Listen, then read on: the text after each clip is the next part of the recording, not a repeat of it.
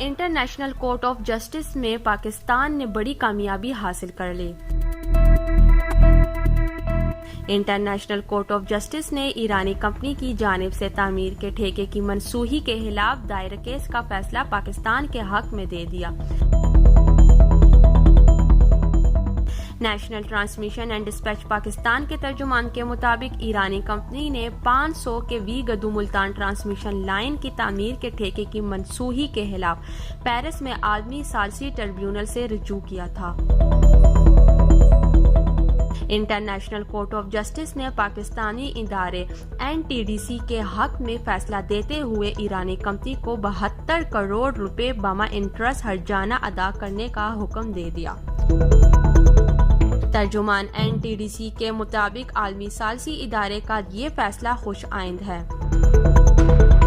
Nausheen, sportstory.news।